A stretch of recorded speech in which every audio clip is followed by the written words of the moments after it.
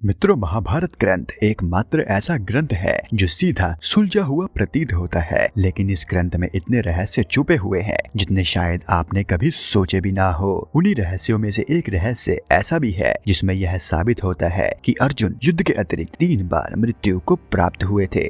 आप सभी ने अब तक यह सुना होगा कि अर्जुन युद्ध में कभी परास्त ही नहीं हुए, तो उनकी मृत्यु कैसे हो सकती है। लेकिन आज के इस रोचक वीडियो में मैं आपको यह बताऊंगा कि कब और कैसे अर्जुन की मृत्यु हुई थी और वह पुनः जीवित भी हो गए थे। तो इस रहस्य को जानने के लिए वीडियो को अंत तक जरूर देखें। नमस्कार मित्रों, आपका ज्ञान विला यूट्यूब चैनल में स्वागत है।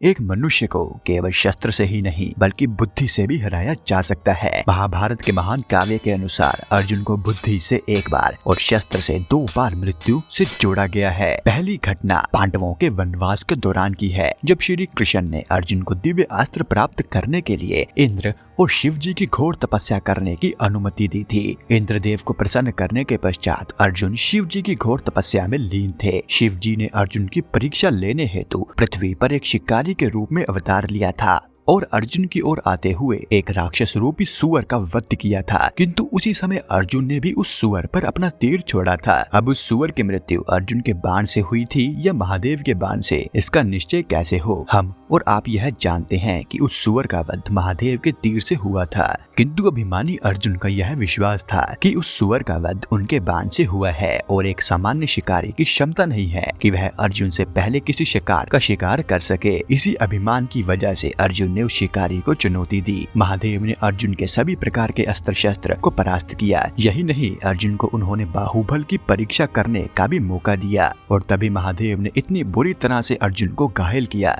कि वह मृत्यु को प्राप्त हो गया। यदि काव्य को ठीक से पढ़ा जाए तो ऐसा प्रतीत होता है कि उस वक्त अर्जुन की सचमुच मृत्यु हो गई थी और शायद यही महादेव की लीला थी, क्योंकि यदि मनुष्य को स्वर्ग लोक जाना है तो उसका मृत्यु को प्राप्त होना अवश्य है। इसी कारण शायद जानबूझकर महादेव ने अर्जुन को मार दिया था ताकि वह निसंकोच स्वर्ग प्रस्थान कर सके और सारे दिव्य अस्त्र का ज्ञान प्राप्त कर सके। विद्या पूर्ण होने पर महादेव ने उन्हें पुनर्जीवित कर दिया था और इनाम स्वरूप पशुपति अस्त्र भी दिया था। यह पहली बार है जब अर्जुन की महाभारत में मृत्यु हुई थी।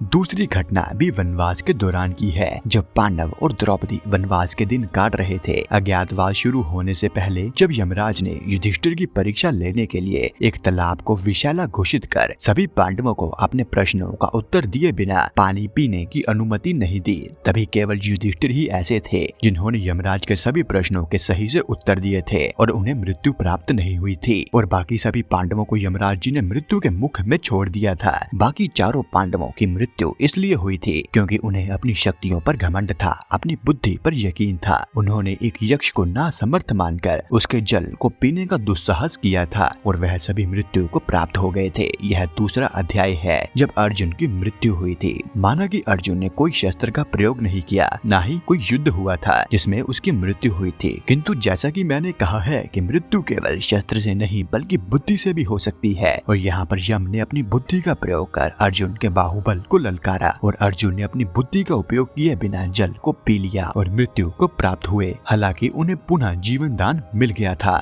तीसरा किस्सा महाभारत के युद्ध के पश्चात हुआ था। महाभारत का युद्ध समाप्त होने के बाद युधिष्ठिर ने अश्वमेध यज्ञ का अनुष्ठान लिया था, जिसके अनुसार अर्जुन उत्तर पूर्व दिशा में विजय पताका लेकर निकले थे। वहां उनका सामना एक युवराज से हुआ था जिसने अर्जुन को ललकारा था। युवराज एक बालक था, इस कारण अर्जुन का घमंड उससे यह कहता था कि उस बालक को बहुत ही आसानी से हरा देंगे। जब युद्ध आरंभ हुआ तो युवराज ने एक ऐसा अचूक निशाना लगाया कि उस तीर ने सीधा अर्जुन की गर्दन को धड़ से अलग कर दिया। अर्जुन की मृत्यु वहीं हो गई। वह युवराज चित्रंगदा का पुत्र बब्रुवाहन था।